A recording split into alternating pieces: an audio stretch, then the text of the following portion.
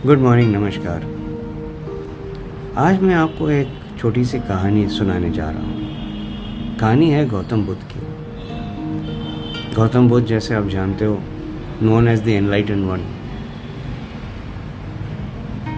जिनको बहुत ही कम उम्र में जानकारी मिल गई कि ज़िंदगी है क्या और कैसे जिया जाता है, बहुत ही सिंपल तरीके से। बुद्ध का मतलब बुद्धि, धा का मतलब इंटेलेक्ट।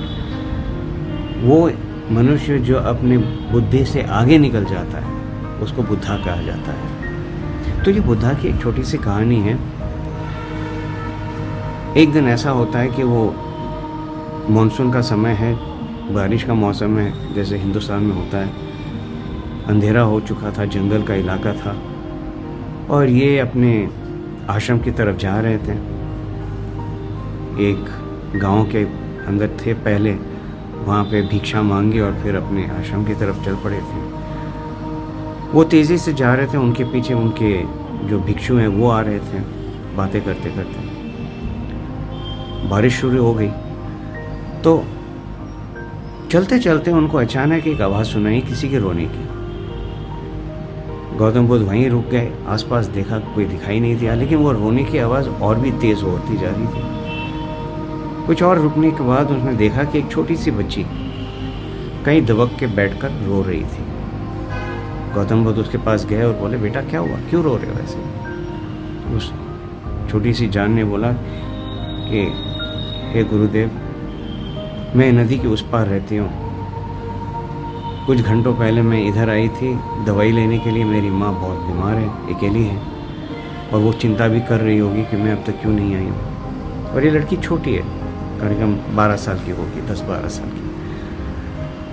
मैं आई थी एक नाव के सहारे, अब वो नाव वाला नहीं दिखता है, नाव भी नहीं दिख रहा है, मुझे समझ में नहीं आ रहा मैं क्या करूँ। और रो रही थी। बुद्ध ने देखा कि हाँ, ये लड़की सही कह रही है, कोई दिखाई नहीं दे रहा है। तो मुस्कुराते उन्होंने नीचे बैठा और उस लड़की को बोला, बेटा मेरी पीठ पे आ जाओ, कस के पकड़ लो। तो मैंने बच्ची को ले लिया, पकड़ लिया दोनों पैरों को, उठे, नदी की तरफ गए और नदी के अंदर पैर रखकर चलना शुरू किया। पानी काफ़ी तेज़ रफ्तार से जा रही थी, लेकिन इतना गहरा भी नहीं था, बस कमर तक उसकी गहराई थी। तो धीरे धीरे चलते गए, बारिश शुरू हो गई। लड़की उस बुद्ध को कस के पकड़ के रखा था।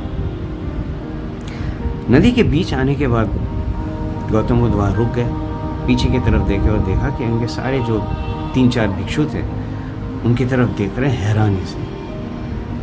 उन्होंने मुस्कुराया और अपना सफ़र फिर से शुरू किया।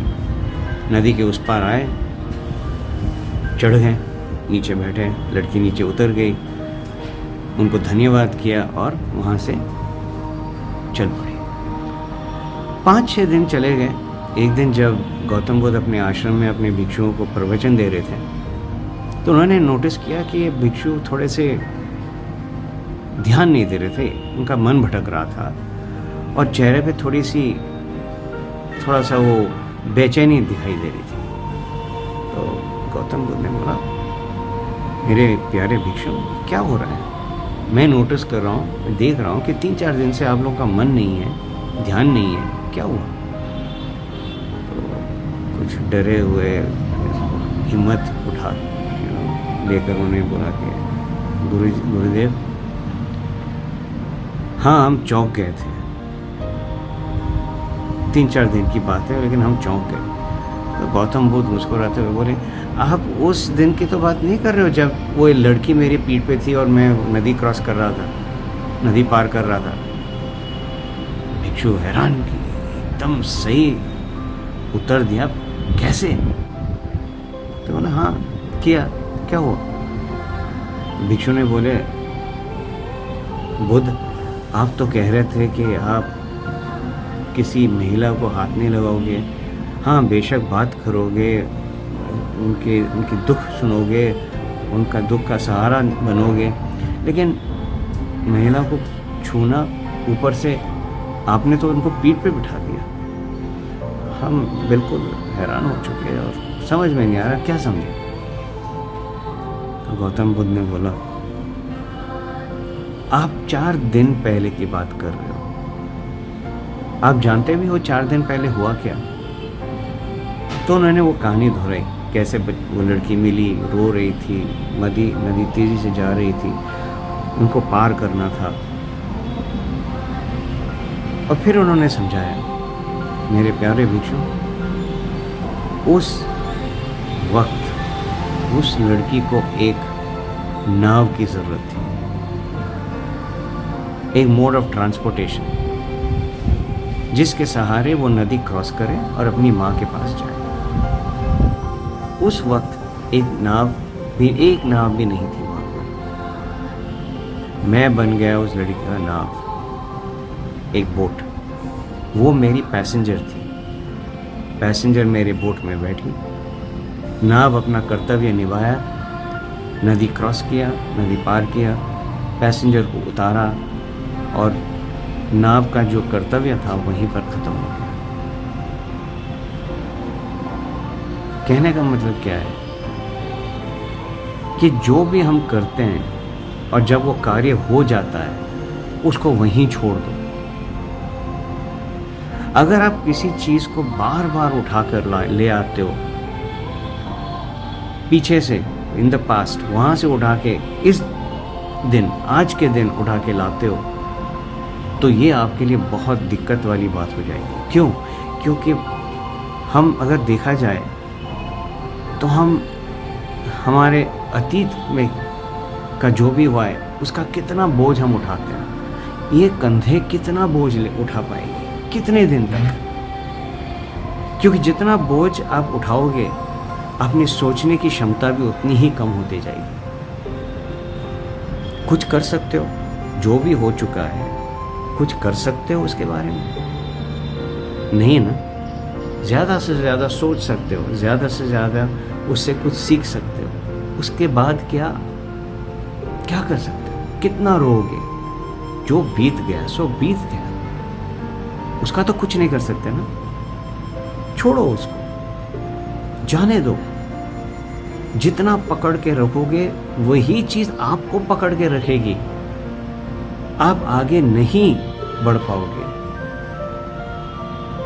ऐसा लगेगा कि आपने जंजीर, मोटी वाली जंजीर ली और अपने ही पैरों को कस के बांध दिया, और एक तरफ आप कहते हो मुझे आगे बढ़ना है, दूसरी तरफ आप जाके जंजीर बांध देते हो अपने पैरों में। कैसे आगे बढ़ोगे?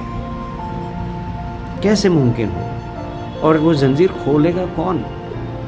आपका पड़ोसी तो नहीं आएगा, फैमिली भी नहीं आएगा, कोई नहीं आ सकता है, क्योंकि जंजीर आपने बांधी है अपने मर्जी से। बिना सोचे या सोचकर कोई फर्क नहीं पड़ता है, आपने बांधा है उसको।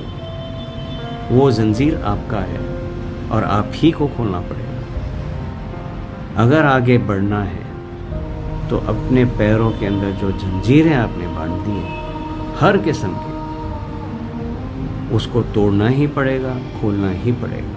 तभी आगे जा पाओगे शांति से, खुशी से। कल जो बीत गया सो बीत गया, क्या करोगे? आगे जो आने वाला है उसके लिए भी परेशान होकर क्या करोगे? आगे जो आएगा सो आएगा, वो आएगा, और उसका जो नतीजा निकलेगा वो आज पे निर्भर करता है। आज आप किस तरीके से जीते हो, आज आप कितने शांत हो, आज आप कितने मुस्कुराते हो, आज आप अपना काम किस तरीके से करते हो। आज के दौर के मुताबिक कल आपका या तो ठीक रहेगा, सुखी रहेगा, या बहुत ही बुरा होगा।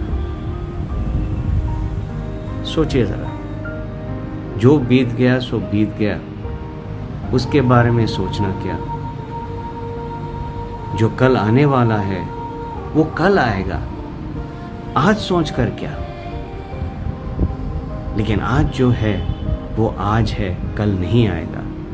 किस तरीके से आज जीते हो, किस तरीके कार्य आज करते हो, ये मायने रखती है। कितना मुस्कुराते हो, कितनों को खुशी देते हो, अपने आप को कितना खुश रखते हो, ये मायने रखती है। अपना तन मन किस तरीके से रखते हो वो मायने रखती है। आज के दिन सोचिए ज़रा।